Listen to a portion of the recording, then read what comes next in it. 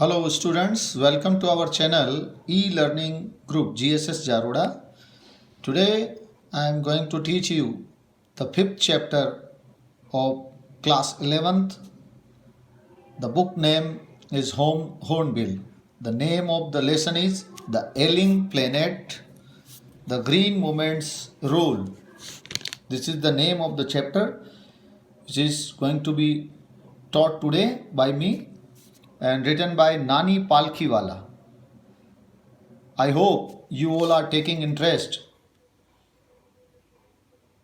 in these days in your studies, and I hope you all are serious towards your studies. तो आइए let's start. आइए विद्यार्थियों, आज आपका जो 11th क्लास की जो बुक है प्रोज की जो मेन बुक है हॉर्नबिल, उसका जो 5th प्रोज लेसन है the ailing planet, the green movement's role. बीमार ग्रह, एलिंग का मतलब होता है, टाइटल को डिस्कस करते हैं हम पहले। एलिंग का मतलब बीमार एंड प्लेनेट का मतलब ग्रह। ये कौन है एलिंग प्लेनेट, और फिर द ग्रीन मूवमेंट्स रोल, और इसमें जो ग्रीन मूवमेंट जो हरित क्रांति जो हुई थी उसका क्या रोल है। नानी पालखीवाला की ये रचना है। तो ये जो एलिंग प्लेनेट है, सबसे पहले यहाँ क्लियर कर दिया जाए, I would like to clear it. ये यहाँ पर बात हो रही है आपके हमारे ग्रह यानी हमारे प्लेनेट अर्थ के बारे में, जो बीमार हो गया है, उसको लेकर के ये बहुत ही इम्पॉर्टेंट चैप्टर है, थॉट प्रोवोकिंग है, और सबसे बड़ी बात है लोगों को कंपेल करेगा ये विचार करने के लिए और पॉजिटिव थिंकिंग की ओर ले जाएगा। एनवायरनमेंट के प्रति, इकोलॉजी के प्रति जो आज हमारा समझ है और जिस तरह का हमारा जो ट्रीटमेंट है उसके प्रति, उसको देखते हुए हमारी जो पृथ्वी है, हमारी जो प्लेनेट है हमारी, वो काफ़ी एलिंग कंडीशन में है, काफ़ी बुरी स्थिति में है। तो ये चैप्टर डेफिनेटली न्यू जनरेशन के लिए ये मील का पत्थर साबित होगा, माइलस्टोन साबित होगा। तो नानी पालखीवाला की ये रचना हम शुरू करते हैं। सबसे पहले इसमें जो कहानी है, घटना जो है इस लेसन में, उसके बारे में हम जानेंगे, किस बात को लेकर के, जैसा कि अभी चर्चा की हमने। तो देखिए, this is an scholarly article. ये नानी पालखीवाला जो है उनके द्वारा विद्वतापूर्ण लिखा गया एक आर्टिकल है, लेख है, and published in Indian express. और इसे इंडियन एक्सप्रेस जो न्यूज़पेपर है उसमें इसको प्रकाशित किया गया। और इसमें इस आर्टिकल में ही ड्राज वो हमारा ध्यान आकर्षित करते हैं, आवर अटेंशन, हमारा ध्यान आकर्षित करते हैं to the alarming condition we are in, उस चेतावनी भरी चिंताजनक स्थिति की ओर जिसमें हम लोग, आज मनुष्य जाति के लोग जो हैं वो घिर गए हैं। उस अलार्मिंग कंडीशन के बारे में हमारा ध्यान आकर्षित करना चाहते हैं। He tries to draw our attention to the alarming condition we are in. अब बताना चाहते हैं कि the health of the earth, वो बताना चाह रहे हैं कि जो हमारी प्लेनेट है, हमारी जो पृथ्वी है, उसकी जो हेल्थ है हैज़ बैडली डेटेरियोरेटेड, ये बुरी तरह से इसका नुकसान हुआ है।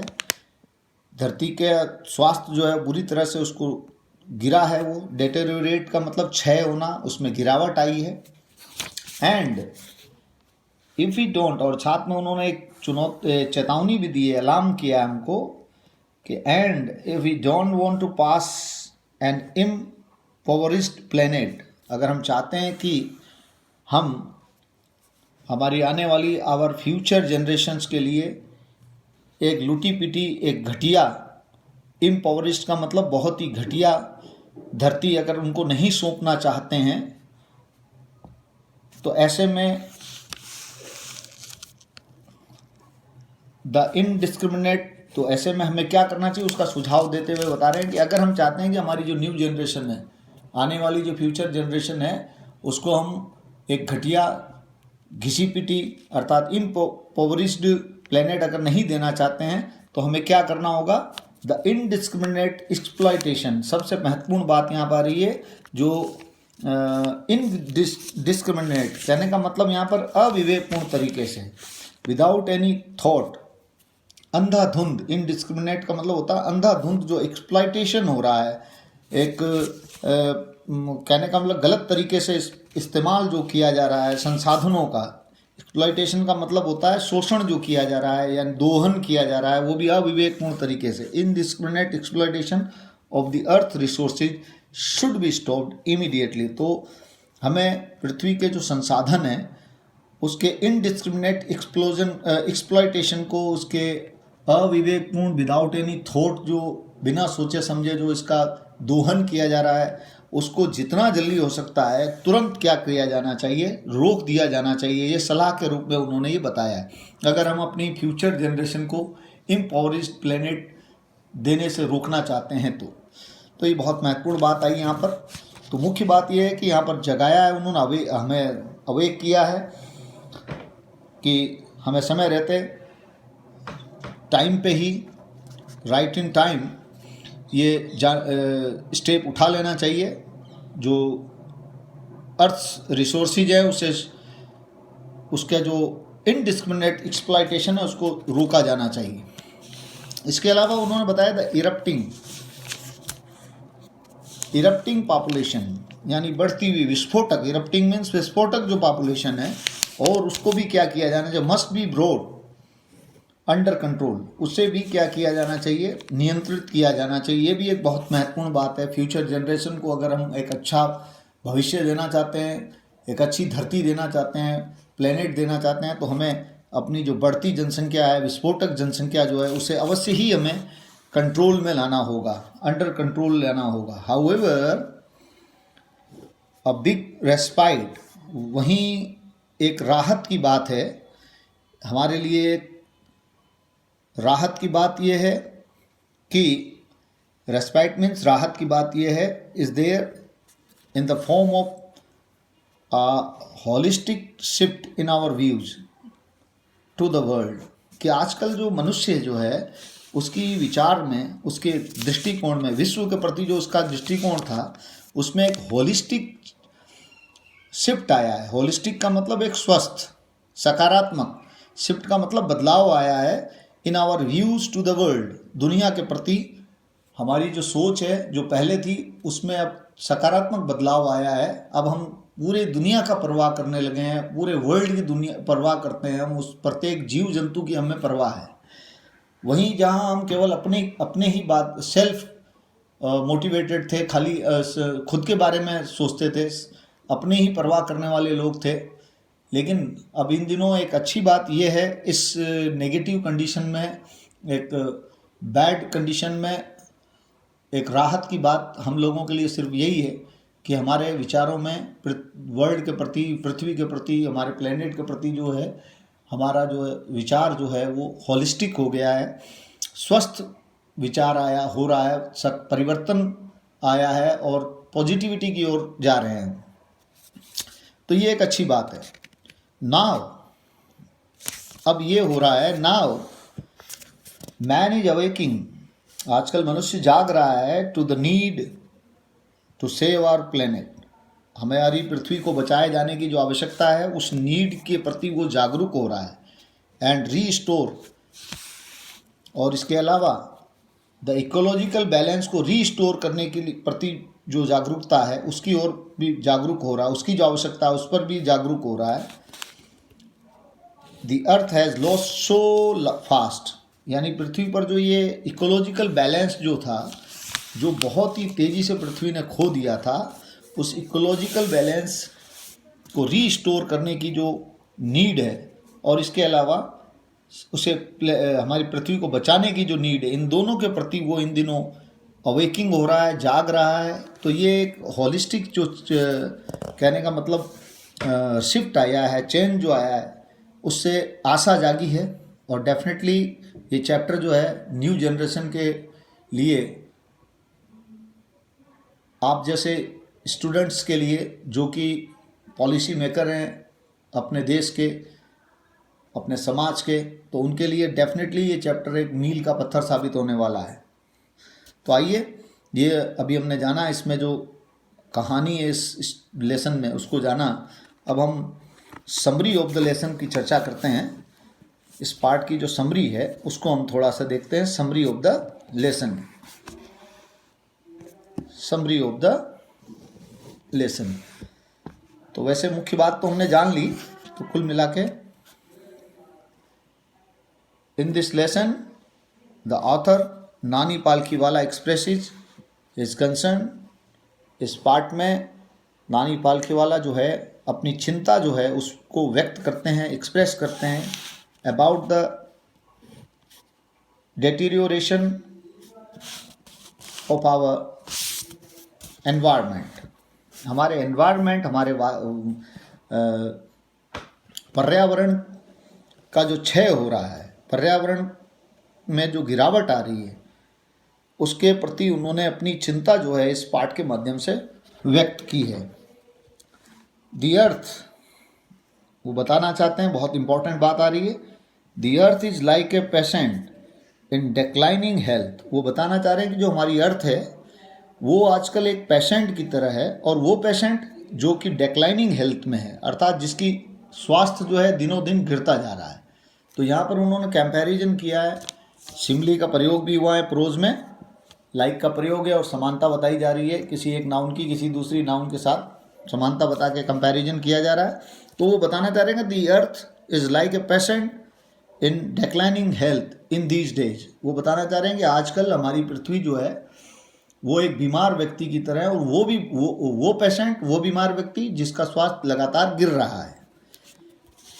दी अर्थ, तो वो बताना चाहते हैं the earth should be viewed as a living being. वो चाहते हैं कि लोगों को पृथ्वी को एक जीवित प्राणी की तरह मानना चाहिए। जैसे हम किसी भी जीवित प्राणी के प्रति दया का भाव रखते हैं और निर्जीव के प्रति हमें कोई परवाह नहीं होती, तो ठीक उसी तरह वो ये कहना चाहते हैं, ऐसा बताकर वो कहना चाह रहे हैं कि आप, ताकि आप उसे सजीव मानेंगे तो आपके पृथ्वी के प्रति आपके मन में दया का भाव आएगा। इसलिए वो कहना चाहता है the earth should be viewed as a living being. वो बताना चाह रहे हैं कि पृथ्वी को जीवित प्राणी माना जाना चाहिए। And everybody should take care of its health, और प्रत्येक को सजीव प्राणी की तरह, सजीव प्राणी के जिस तरह से आप परवाह करते हैं उस तरह से देखभाल इस पृथ्वी की भी की जानी चाहिए, उसके स्वास्थ्य की हमें परवाह करनी चाहिए। ऐसी वो सलाह इस पाठ के माध्यम से देना चाहते हैं। तो नेक्स्ट देखते हैं। इसके अलावा वो बता रहे हैं there are 4 basic systems on earth. वो बताना चाहते हैं पृथ्वी को 4 आधारभूत सिस्टम्स हैं, प्रणालियां हैं, सस्टेन लाइफ, जिनके कारण जीवन जो है वो कायम रहता है, सस्टेन रहता है। सस्टेन मीन कायम रहना। They should not be used, और ये जो सिस्टम्स हैं, बताना चाह रहे हैं कि ये जो सिस्टम्स हैं they should not be used अब इनडिस्क्रिमिनेटली। तो बहुत महत्वपूर्ण बात कही उन्होंने कि अविवेकपूर्ण तरीके से इस प्रणालियों का हमें उपयोग नहीं करना चाहिए, ऐसा उन्होंने सलाह दी। जितनी भी हमारी पृथ्वी पर जो सिस्टम्स हैं, 4 बेसिक सिस्टम्स, उनका हमें इनडिस्क्रिमिनेटली यूज नहीं किया, हमारे द्वारा इनडिस्क्रिमिनेटली उसका यूज नहीं किया जाना चाहिए, अविवेकपूर्ण तरीके से उसका उपयोग नहीं किया जाना चाहिए। फॉरेस्ट ट्रीज, जैसे कि वो बताना चाह रही हैं, जैसे फॉरेस्ट भी एक बहुत ही इम्पॉर्टेंट हमारा बेसिक जो सिस्टम्स है उनमें से एक है। Forest trees are being felled, cut and they are disappearing fast. बताना चाह रहे हैं कि हमारा जो फॉरेस्ट ट्रीज जो है, जंगल के जो पेड़ हैं, उन्हें काटा जा रहा है, गिराया जा रहा है, and they are disappearing fast, और वो बहुत तेज़ी से गायब हो रहे हैं, लुप्त हो रहे हैं। This is going to make things worse for all, और ये चीज़ जो है जारी रही तो ये लोगों के लिए, फॉर ऑल, सभी के लिए ये स्थिति जो है वर्ष बना देगी, बड़ी मुश्किल भरी स्थिति बन जाएगी। अगर ये इसी तरह जारी रहा, पेड़ों का काटा जाना जारी रहा, तो इससे स्थिति और भी, this is going to make things worse for all, लोगों के लिए स्थितियां बिगड़ जाएगी। फॉर ऑल लिविंग बींग्स, सभी जीवित प्राणियों के लिए, सजीवों के लिए। There are laws in India to protect and improve environment. हालांकि खैर हमारे यहाँ भारत में कानून है, देयर आर लॉज, कानून है in India to protect and improve environment, पर्यावरण को बचाने के लिए और उसको इम्प्रूव करने के लिए नियम कानून बने हुए हैं। बट अनफॉर्चुनेटली, लेकिन दुर्भाग्य से, लॉज आर, कानून जो हैं, नाइदर रेस्पेक्टेड, न तो इनका सम्मान किया जाता है, nor properly enforced in our country. दुर्भाग्य से न तो कानूनों का हमारे यहाँ पर सम्मान किया जाता है नागरिकों द्वारा, और न ही यहाँ पर कानून को उचित तरीके से लागू किया जाता है। तो ये बड़ा ही विकट स्थिति, बड़ी प्रॉब्लमेटिक कंडीशन है, और इससे हमें ऊपर उठना होगा, लॉज का सम्मान करना पड़ेगा और उसके अकॉर्डिंग रूल्स जो बताए गए हैं उसको फॉलो करना होगा। इसके अलावा उन्होंने एक और खतरा बताया, population explosion is the main cause. वो बताना चाह रहे हैं कि जो पॉपुलेशन एक्सप्लोजन है ये मेन कोज है, ये मुख्य कारण है of the ailing health of the earth. पृथ्वी का जो ये बीमार हालात हैं, इसकी जो एलिंग कंडीशन है, सिकनेस जो इसकी जो है, उसके लिए स्पेशली बेसिकली एंड मेनली जो है वो पॉपुलेशन एक्सप्लोजन रिस्पॉन्सिबल है। फिर पॉपुलेशन एक्सप्लोजन का मतलब इसका जो जनसंख्या का जो विस्फोटक रूप है, तेजी से जो बढ़ती हुई जनसंख्या है, वो उसकी पृथ्वी के इस हालात के लिए मुख्य रूप से जिम्मेदार है। जैसे एक उदाहरण दिया उन्होंने, डेटा दिया यहाँ पे, एवरी 4 days, प्रत्येक 4 दिन में the world population increases by 1 million, यानी प्रत्येक 4 दिन में पृथ्वी की जनसंख्या जो है 10 लाख से ऊपर हो जाती है, 10 लाख तक बढ़ जाती है।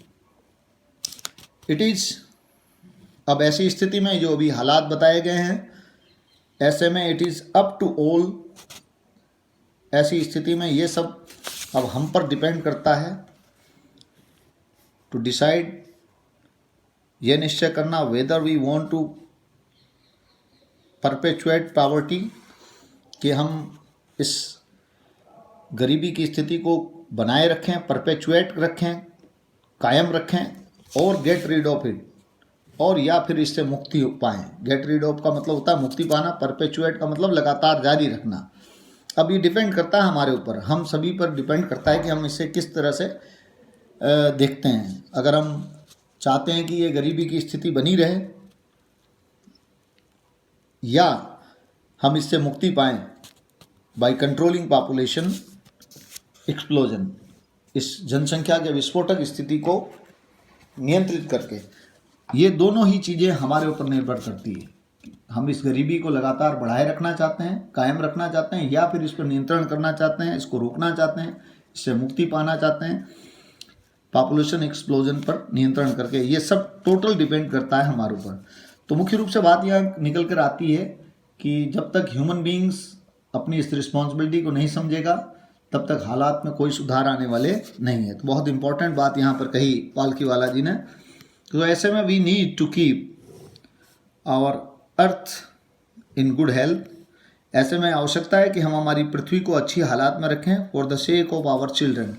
हमारी जो नेक्स्ट जनरेशन है, हमारे आने वाले जो बच्चे हैं, जो फ्यूचर जनरेशन है, उसके भलाई के लिए, उसकी रक्षार्थ के लिए अब हमें आवश्यकता है कि हम पृथ्वी को अच्छे हालात में रखें, उसको गुड हेल्थ में रखें, उसका स्वास्थ्य सही रखें। तो ये था इस चैप्टर का एक तरह से समरी, जो हेल्प करेगी आगे के पार्ट को समझने में, लेसन को समझने में हमारी काफ़ी हेल्प करेगी। नानी पालकीवाला का एक बहुत ही इम्पॉर्टेंट चैप्टर जो अवेक करेगा, लोगों को जगाएगा। अब हम इसके लेसन को स्टेप बाय स्टेप आगे बढ़ाएंगे। तो आइए, the ailing planet, the green movement's role, Nani Palkhivala की जो रचना है। पढ़ने से पहले यहाँ पर कुछ इम्पॉर्टेंट वर्ड्स दिए गए हैं जिनके हम लेसन के दौरान मीनिंग जानेंगे। Holistic and ecological view, inter alia, sustainable development, decimated language, catastrophic depletion, ignominious darkness, transcending concern, ये कुछ ऐसे डिफ़िकल्ट वर्ड्स हैं जिनको हम लेसन के दौरान डिस्कस करेंगे। तो आइए हम चैप्टर को प्रॉपरली देखते हैं। जैसे अभी जाना हमने, काफ़ी कुछ हमने इस लेसन और राइटर के बारे में जाना। The following article was written by Nani Palkhivala and published in the Indian Express on 24 November 1994। Nani Palkhivala द्वारा लिखा गया है ये, और इंडियन एक्सप्रेस में ये आर्टिकल जो है 24 नवंबर 1994 को पब्लिश हुआ था। The issues that he raised, जिन जिन मुद्दों को उन्होंने, इश्यूज का मतलब मुद्दों को, दैट ही रेज उठाया है, regarding the declining health of the earth, पृथ्वी के गिरती हुई स्वास्थ्य को, पृथ्वी के एलिंग कंडीशन को लेकर के जो मुद्दे उन्होंने उठाए हैं इस आर्टिकल के माध्यम से, कंटिन्यू टू हैव रेलेवेंस, इनका डेफिनेटली लगातार महत्व है और ये निश्चित रूप से रेलेवेंस है और इनका मायने है, और इसको समय पर हमें समझना होगा और इसके अकॉर्डिंगली बिहेव करना होगा, तब जा कर के हम इस पर नियंत्रण पा सकते हैं। इसकी बैड कंडीशन जो है, एलिंग कंडीशन है, वो उसको काबू पा सकते हैं और पृथ्वी को वंस अगेन जो है एक हेल्दी स्पॉट बना सकते हैं, हमारे इस प्लेनेट को हेल्दी बना सकते हैं। आइए, तो ये नानी पालकीवाला का एक बहुत ही इंस्पायरिंग और अवेक करने वाला लेसन जो है, हम शुरुआत करते हैं इसकी। इसका फर्स्ट पैराग्राफ देखते हैं हम। One cannot recall any moment in world history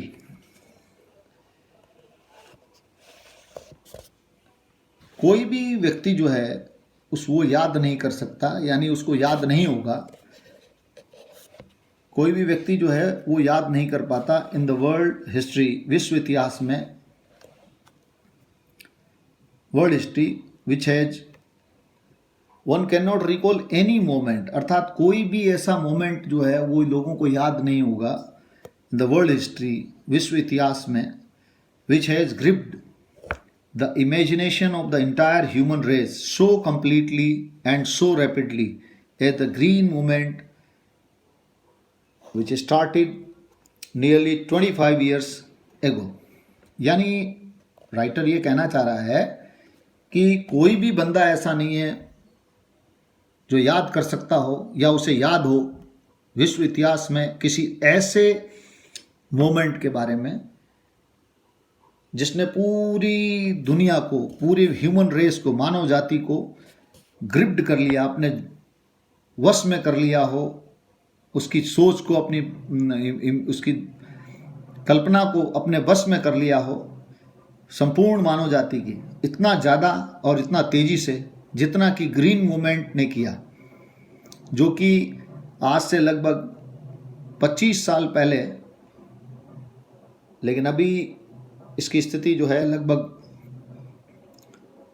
काफ़ी साल हो गए हैं, आज 2020 चल रहा है, तो लगभग आज मान लीजिए आप 20 साल और जोड़ लेते हैं। जब ये किताब लिखी गई थी 1994 में, जब लगभग 20 साल हुए तो अभी काफ़ी साल हो चुके हैं इसको, लगभग ये देख लीजिए आप 46 साल से ऊपर हो चुके हैं, 50 साल से लगभग ऊपर हो चुके हैं। तो कहने का मतलब यहाँ क्या कहना चाह रहा है लेखक, ये कहना चाह रहा है कि जो ग्रीन मूवमेंट जो था, जो कि आज से लगभग 56-50 साल पहले जो है, 50-56 साल पहले शुरू किया गया था, वैसा कोई मोमेंट जो है लोग याद नहीं कर सकते जिसने लोगों पर इतना प्रभाव छोड़ा हो, मानव जाति पर, उसकी कल्पना पर इतना ज़्यादा पकड़ बना ली हो। ऐसा शायद ही कोई आंदोलन या मूवमेंट विश्व इतिहास में होगा जितना कि ग्रीन मूवमेंट ने किया, कंप्लीटली एंड सो रैपिडली, बहुत ही पूर्ण रूप से और बहुत ही तेजी से। तो आइए इसी क्रम में आगे चलते हैं। तो हम बात कर रहे थे ग्रीन मूवमेंट की। इन 1972 द वर्ल्ड्स फर्स्ट, 1972 में world's first nationwide green, यानी कहने का मतलब दुनिया का पहला राष्ट्रवादी, राष्ट्रव्यापी, नेशन वाइड का मतलब होता है राष्ट्रव्यापी, जो ग्रीन पार्टी जो थी वॉज फाउंडेड इन न्यूजीलैंड, उसका न्यूजीलैंड में स्थापना की गई। फाउंडेड मीन्स स्थापना की गई। सिंस देन द मोमेंट, और तब से the moment has not look back, तब से ये ग्रीन मूवमेंट जो था इस पार्टी द्वारा जो चलाया गया था उसने पीछे मुड़कर नहीं देखा है। तो अभी जो ऊपर ग्रीन मूवमेंट्स जो रोल बात हो रही थी, ये उसी ग्रीन मूवमेंट की बात है, उसकी भूमिका की चर्चा कर रहे हैं, जिसने इस एलिंग प्लेनेट के को हेल्दी बनाने में किस तरह की भूमिका अदा की है वो हम जानेंगे। We have shifted one hopes irrevocably, यानी हमने अपने आशा में परिवर्तन किया है, हमने अपनी सोच में परिवर्तन किया है। अब हमारी जो आशा है वो बदल गई है। फ्रॉम द मैकेनिस्टिक व्यू, और अब हमारा दृष्टिकोण जो है वो मैकेनिस्टिक व्यू से, यांत्रिक दृष्टिकोण से एक holistic and ecological view of the world की ओर बढ़ा है। यानी सकारात्मक परिवर्तन आया है। जहां हम पहले केवल यांत्रिक दृष्टिकोण रखते थे, अब हमारा यांत्रिक दृष्टिकोण जो है बदल कर एक संपूर्ण एवं स्वस्थ और पर्यावरणीय जो दृष्टिकोण है उसमें बदल गया है ऑफ द वर्ल्ड। यानी कहने का मतलब सरल शब्दों में, अब हम पूरे संपूर्ण संसार की चिंता करते हैं, पूरे पर्यावरण की चिंता करने वाले लोग हैं। हमारी सोच जो है पूरी दुनिया के लिए है, और ये एक पॉजिटिव चेंज है। Holistic and ecological view of the world, उसमें हमारी जो सोच है वो बदली है।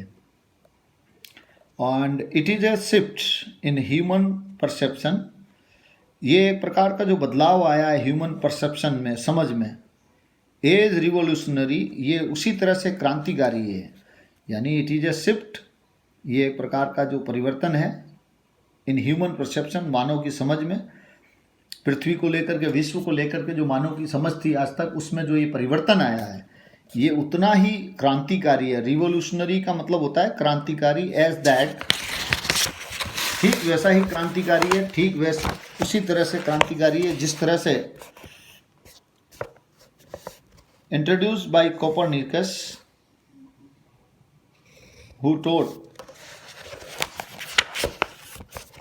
उतना ही क्रांतिकारी, ठीक उसी तरह से जैसे कोपरनिकस ने जब दुनिया के सामने ये बताया, इंट्रोड्यूस किया, जिस तरह से क्रांतिकारी परिवर्तन आया था लोगों की सोच में, जब कोपरनिकस ने who taught mankind in the 16th century, 16वीं शताब्दी में जब कोपरनिकस ने दुनिया को ये बताया था that the earth and the other planets revolve round the sun, जब उस समय जिस प्रकार से क्रांतिकारी परिवर्तन आया था लोगों की सोच में, ठीक वैसा ही परिवर्तन इस ग्रीन मूवमेंट के कारण लोगों के विचारों में आया है, उनकी व्यूज़ में आया है। तुलना की है यहाँ पर उस कोपरनिकस के द्वारा दी गई जानकारी और अभी जो ग्रीन मूवमेंट ने जो अपना मूवमेंट चलाया है, ग्रीन पार्टी द्वारा जो ग्रीन मूवमेंट चलाया गया, उससे कारण जो लोगों के विचारों में परिवर्तन आया है, उसकी तुलना जो है कोपरनिकस के द्वारा दी गई जो जानकारी थी उसके कारण जो परिवर्तन आया था उससे समानता बताकर यहाँ पर तुलना की है। तो ठीक वैसा ही क्रांतिकारी साबित हुआ ये ग्रीन मूवमेंट, जैसा कि कोपरनिकस द्वारा 16वीं शताब्दी में ये बताया गया था, ये जानकारी दी गई थी कि प्लैनेट्स एंड अर्थ जो हैं, अन्य ग्रह और पृथ्वी जो है वो सूर्य के चारों ओर चक्कर लगाते हैं। फॉर द फर्स्ट टाइम, लेखक ये बताना चाह रहा है, for the first time in human history, मानव इतिहास में पहली बार, there is a growing world wide consciousness, यानी वो बताना चाह रहे हैं मानव इतिहास में पहली बार there is a growing world wide, यानी विश्व स्तर पर जागरूकता आई है, बढ़ रही है। ये बताना चाह रहे हैं मानव इतिहास में पहली बार जो है विश्व स्तर पर जागरूकता आ रही है, लोगों में समझ आ रही है अवेकनिंग आ रही है, जागृति आ रही है, अवेयरनेस आ रही है, दैट इस बात को लेकर के क्या, that the earth itself is a living organism, इस बात को लेकर के कि पृथ्वी जो है, हमारी जो ये पृथ्वी है, ये खुद अपने आप में स्वयं ही एक क्या है, लिविंग ऑर्गेनिज्म है, अर्थात ये एक जीवित सजीव प्राणी है। ऐसी वर्ल्ड वाइड कॉन्शियसनेस जो है वो इन दिनों पर पहली बार दुनिया में, मानव इतिहास में पहली बार इस तरह की जो अवेयरनेस है वो लोगों में फैल रही है कि पृथ्वी जो है अपने आप में एक जीवित प्राणी है। और इस जीवित प्राणी, an enormous being of which we are parts, और इस विशाल जो प्राणी है उसके हम लोग पार्ट्स हैं, उसके हम लोग हिस्सा हैं। It has its own metabolic needs, और ये जो पृथ्वी है इसके अपने खुद के मेटाबॉलिक नीड्स हैं। जैसे मनुष्य सजीव प्राणी के जिस प्रकार से उपापचयी क्रियाएं होती है उसकी नीड्स होती है, ठीक वैसे ही पृथ्वी की भी अपनी उपापचयी मेटाबॉलिक नीड्स है, पाचन संबंधी नीड्स है, एंड वाइटल प्रोसेसेज, अब उसकी खुद की अपनी महत्वपूर्ण इम्पॉर्टेंट, वाइटल माने वेरी इम्पॉर्टेंट जो प्रक्रियाएं हैं, which need to be respected, जिसका सम्मान भी किया जाना चाहिए, एंड प्रिजर्व्ड, और उसे संरक्षित भी किया जाना चाहिए। तो ये बहुत ही इम्पॉर्टेंट बात यहाँ से निकल कर आई हमारे पास कि किस तरह से लेखक जो ये कहना चाह रहे हैं कि आजकल एक growing awareness, world wide awareness आई है मानव इतिहास में पहली बार, जिसमें लोगों ने पृथ्वी को एक लिविंग बीइंग के रूप में स्वीकार करना शुरू कर दिया है। और वो लिविंग बीइंग, उस एनर्मस लिविंग बीइंग जिसके हम लोग पार्ट हैं, जिसका अपना खुद का मेटाबॉलिक नीड्स होती है, वाइटल प्रोसेसेस होती है, और लेखक ये कहना चाहता है which need to be respected and preserved, जिसका हमें सम्मान करने की आवश्यकता है और प्रिजर्व करने की भी आवश्यकता है। नेक्स्ट पैराग्राफ देखते हैं। The earth vital science reveal, पृथ्वी के जो महत्वपूर्ण जो संकेत मिल रहे हैं वो ये बताते हैं, a patient in declining health, वो पृथ्वी को एक बीमार पेशेंट के रूप में पेश कर रहे हैं। जो सिम्टम्स दिख रहे हैं, जो वाइटल साइंस जो हमें पृथ्वी के देखने को मिल रहे हैं, हालात जो उसके दिख रहे हैं, उससे वो एक ऐसे पेशेंट के रूप में सामने आ रही है इन डिक्लाइनिंग हेल्थ, जो कि जिसकी हेल्थ जो है दिनों दिन गिरती जा रही है, declining health. We have begun to realise our ethical obligation, और ऐसे में एक सकारात्मक बात यह है, एक पॉजिटिव बात यह है, रेस्पाइट ये है, रिलीफ ये है कि हम शुरू हो चुके हैं ये महसूस करना, हमारी जो इथिकल ऑब्लिगेशंस जो हैं, हमारी नैतिक जो कर्तव्य, इथिकल मीन्स मॉरल, जो ड्यूटीज़ हैं, ऑब्लिगेशंस मीन्स ड्यूटीज़ हैं, to be good stewards of the planet, किसकी रूप में, कि हम पृथ्वी के एक अच्छे केयर टेकर बने, पृथ्वी की सुरक्षा करने वाले बने, इसके प्रति जो हमारी इथिकल ऑब्लिगेशन है वो उसको हम महसूस करने लगे हैं।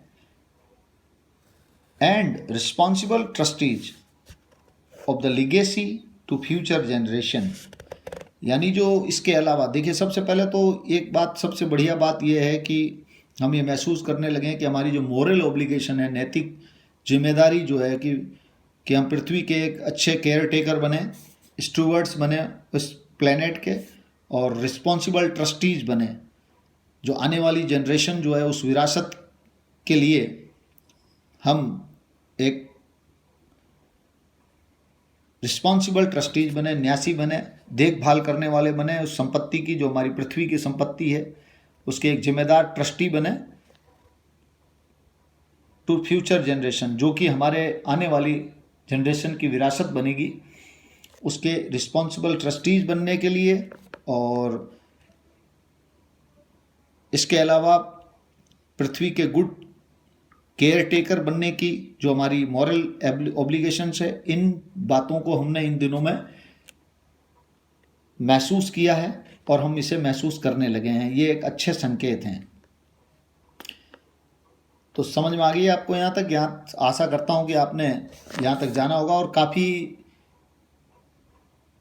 मोटिवेट करने की कोशिश की है नानी पालखीवाला ने यहाँ पर पृथ्वी को एक सजीव प्राणी बता करके हमारी जो सोच थी आज तक उसको एक डेड थिंग मानने की, उसमें जो परिवर्तन आया है सजीव मानने के कारण, तो उसको हमने देखा।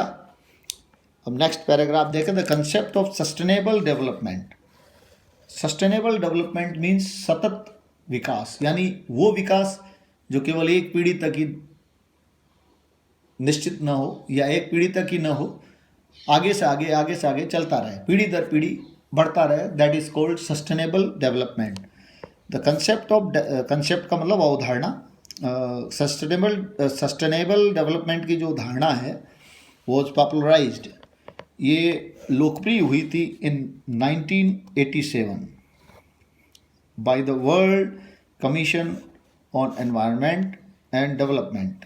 विश्व जो आयोग था पर्यावरण और विकास को लेकर के, जो विश्व आयोग बनाया गया था, उसके द्वारा इसे सस्टेनेबल डेवलपमेंट को 1987 में लोकप्रिय बनाया गया था।